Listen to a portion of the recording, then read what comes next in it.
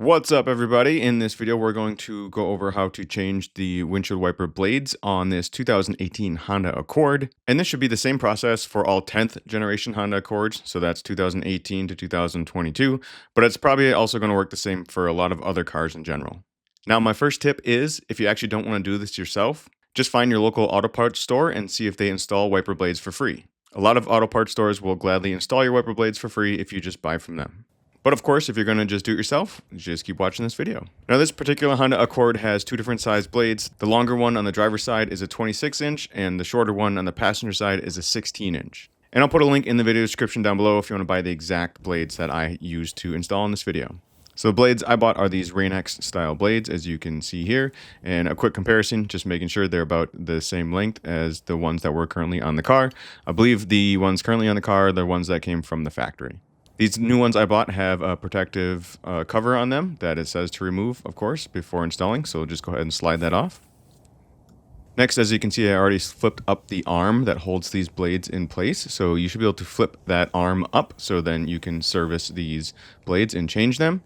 Now, these OEM style wipers have kind of a tab you need to bend out, and then you can push down to slide these and slide them off of the hook that they're on.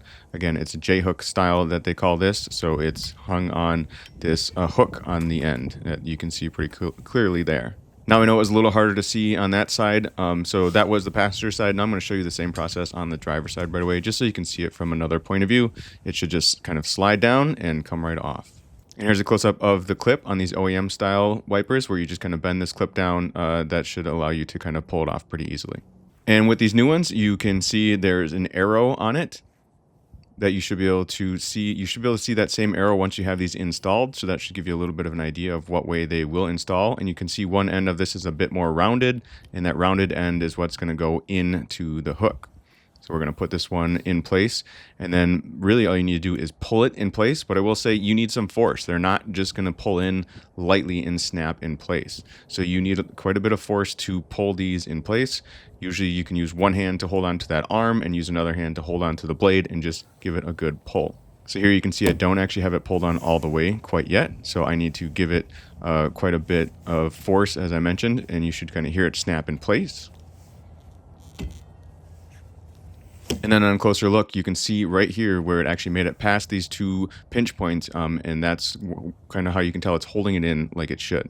You can also just do a quick test, and push this back and forth and make sure it doesn't just fall off real easily. So same thing on the driver's side here. Again, you can see the little arrow kind of that's going to point to the passenger side of our car, and the protective cover that we're going to remove here before we install it. So again, we'll lift up our arm, put it in the service position, and then we're just going to remove our old blade. And again, if the blades you're removing are more like the style that we're installing, you might have a release point like that. Otherwise, you just might need some extra force just to pull them down and pull them off. But I always just try to check and see if there is some sort of release point holding it in place like this one has. So here we go with this one. We're just going to slide it up in place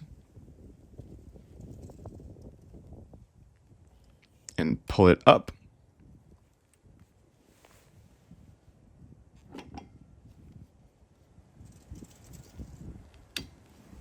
And there we go. Again, expect it to require a bit of force, but you should be able to tell if you can see that arrow all the way on these ones, you know it's in there properly, and you can tell it's past those pinch points, if you will.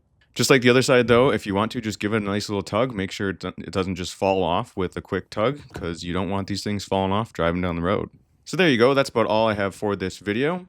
But as always, I'm just a guy on YouTube that likes to document what he does. If you think I could have did something better, or if this same process worked for your particular car, and you want to leave a comment in the comment section down below that it worked well for you, that might be helpful to other people watching this video.